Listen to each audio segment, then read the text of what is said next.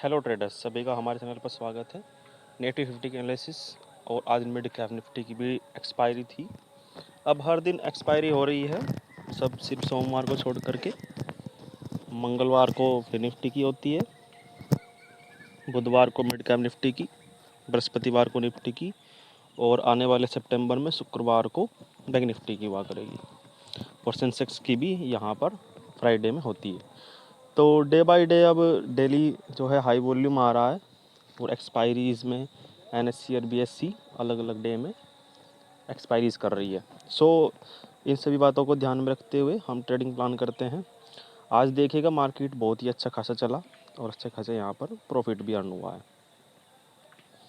Market में जैसे कि हमने बताया था कि मार्केट में फ्लैट ओपनिंग है, gap up, slight gap up और हैवी गैप डाउन ओपनिंग का हमने आशा की थी। पर ऑनलाइन मार्केट जो है डीजीआई और गिफ्ट निफ्टी यहाँ पर यदि हम देखें, अभी हम कल का डाटा देखते हैं एक बार।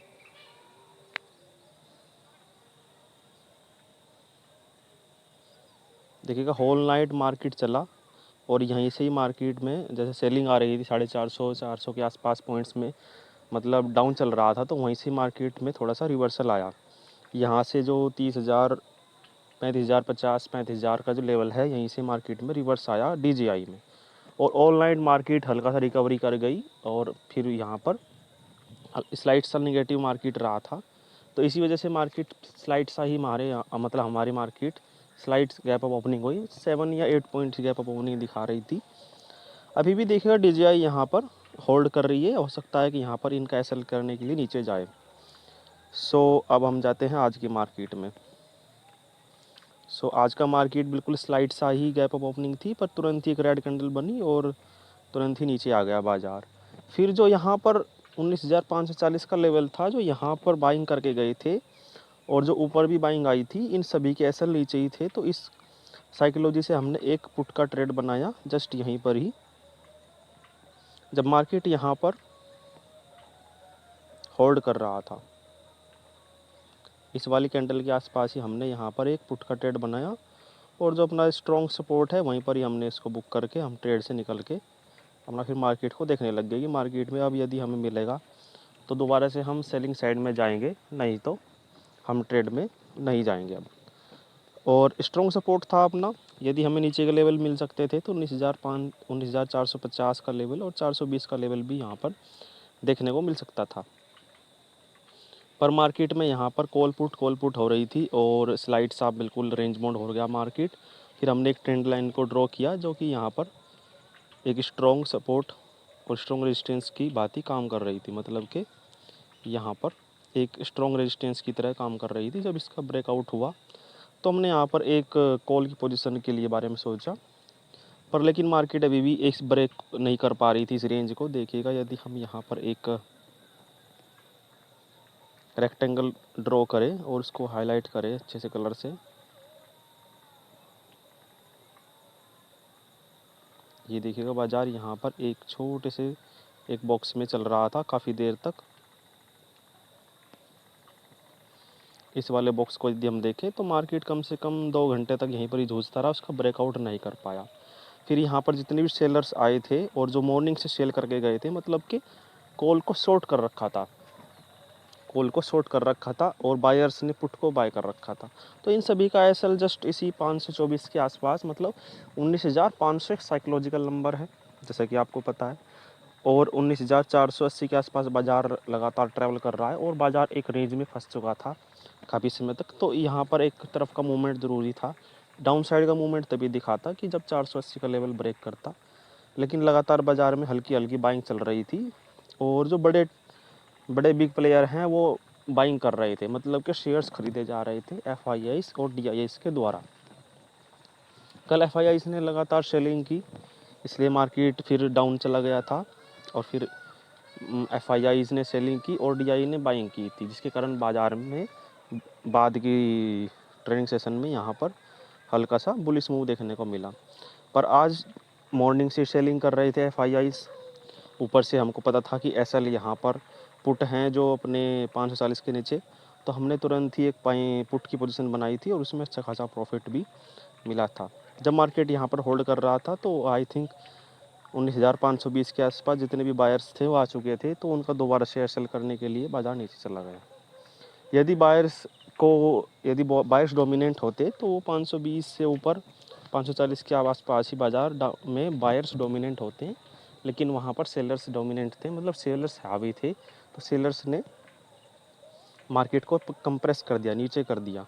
फिर मार्केट में 450 और 400 पर हैवली पुट राइटिंग हो रही थी, जो कि साफ साफ दिख रही थी। और 450 पर फिर मतलब 400 से 450 पर पुट राइटर्स हैवली अपनी पुट राइटिंग करने लग गए। पहले 400 पे कर रहे थे, फिर उन्होंने 450 पर पुट राइटिंग स्टार्ट कर दी, जिससे कि बाज़ार में दोबारा से नीचे से बुलिश प्रेशर आने लग गया।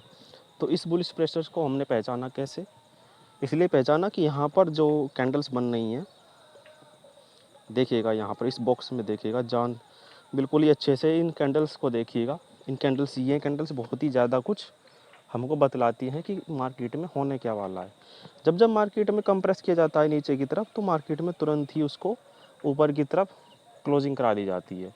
फिर मार्केट दोबारा से एक बुलिश कैंडल बनाता है, फिर मार्केट में सेलर आते हैं और मार्केट को नीचे की तरफ दबा दिया जाता है।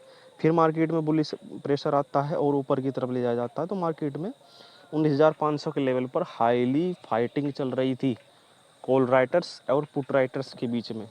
सिर्फ और सिर्फ हम इसको देख रहे थे, मतलब कि मार्केट में चल क्या रहा है। लगातार कम से कम 2 घंटे तक मार्केट में फाइट हुई कॉल राइटर्स पुट राइटर्स के बीच में। और फिर मार्केट में जो है बायर्स ने हावीपन दिखाया, और जो एसएल थे सभी के सभी जो कॉल राइटर्स के एसएल हैं वो जस्ट 19,520 के ऊपर ही थे। पर हमने यहाँ पर 19,500 के आसपास से ही एक कॉल की एंट्री स्लाइड सी बना ली थी। देखिएगा यहीं पर ही, जब यहाँ पर बाज़ार सस्टेन कर रहा था तो बाज़ार में यहीं पर ही हमने कॉल की पोजीशन बनाई और उसको जस्ट हमने होल्ड रखा काफ़ी देर तक। तो अच्छा खासा यहाँ पर शॉर्ट कवरिंग मूव देखने को मिला।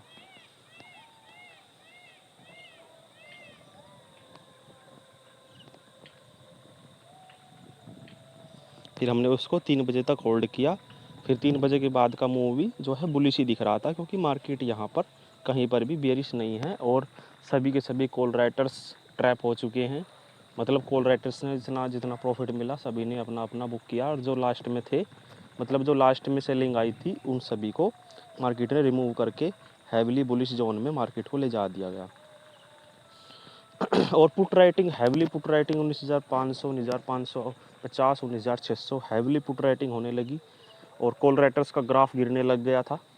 हम उसमें देख रहे थे जो ग्राफ चार्ट होता है टिके टैब में, और एनएससी की वेबसाइट पर भी हम देख रहे थे लगातार डाटा। तो वहाँ पर हर 3 मिनट में डाटा रिफ्रेश होता है, पर उसी को हम लिख के, मतलब OID कोड करता हूँ मैं, उस थ्योरी से हमें पता लगता है कि पुट राइटर्स बढ़ रहे हैं या कॉल राइटर्स बढ़ रहे हैं। तो उससे मैं लगातार लिख के उसको देख रहा था। तो यहाँ पर 19,600 पर 19,550 पर हैविली पुट राइट और 19,500 के लेवल पर जो है हैविली पुट राइटिंग हुई, जिसके कारण मार्केट हैविली बुलिश हो गया।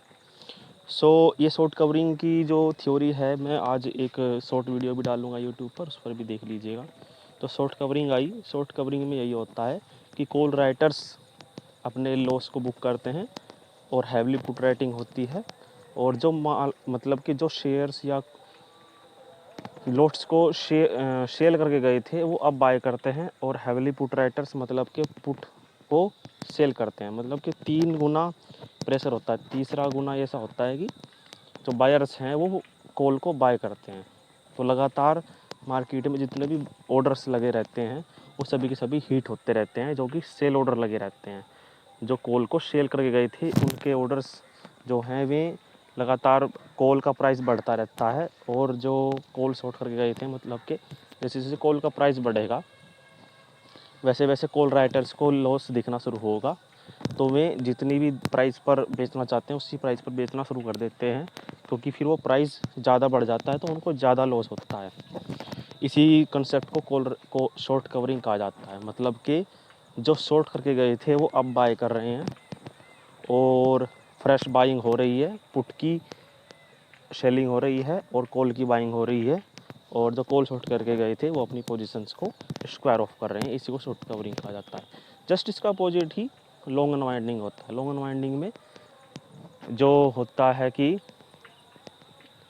जो पुट को सेल करके गए थे वो अपना लॉस बुक करते हैं और मार्केट में बड़ी बड़ी रेड कैंडल बनती है। लेकिन आज शॉर्ट कवरिंग था, जस्ट इसका अपोजिट।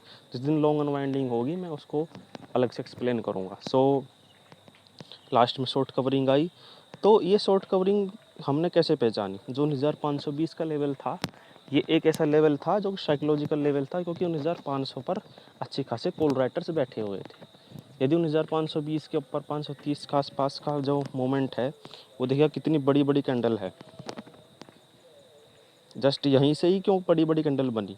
क्योंकि जो अपने कॉल राइटर्स होते हैं, कॉल राइटर्स अपनी पोजीशंस को यहीं पर ही लगाते हैं। मतलब एसएल हंटिंग होती है, यहाँ पर इनके एसएल लगे हुए थे। जैसे जैसे कॉल का प्राइस बढ़ने लगा वैसे वैसे कॉल राइटर्स अपना लॉस बुक करने लग गए थे। तो बड़ी अच्छी अच्छी कैंडल बनी और अच्छी खासी शॉर्ट कवरिंग देखने को मिली। यदि इनका वॉल्यूम भी चेक करेंगे तो वॉल्यूम भी बहुत ही अच्छा खासा बढ़ा हुआ नज़र आएगा। सो अब कल को यहाँ पर मार्केट में अच्छी खासी बुलिश मूव देखने को मिल सकता है, यदि 19,620 के ऊपर मार्केट सस्टेन करता है। और कल को अच्छा सा एक बेयरिश मूव भी देखने को मिल सकता है, क्योंकि जो बायर्स आए हैं इनको निकालने के लिए बाज़ार एक बार नीचे जाएगा। फिलहाल DJI अच्छा खासा नेगेटिव भी दिख रहा है, स्लाइड सा, और लगातार फ्लैट ओपनिंग में ही है। देखते हैं कि होल नाइट मार्केट कहाँ पर फ्लैट ओपनिंग हुई है DJI की और वहीं पर ही चल रहा है। और ऑल नाइट देखते हैं, पूरी ओवरनाइट मतलब कि पूरी रात में मार्केट कहाँ पर चलता है। इसी हिसाब से हम कल के ट्रेडिंग प्लान भी करेंगे। सो आज की वीडियो में इतना ही। आने वाली वीडियोस में हम लर्निंग ऐसी देते रहेंगे। आप हमारे चैनल को सब्सक्राइब कर लीजिए, वीडियो अच्छी लगे तो लाइक कीजिए।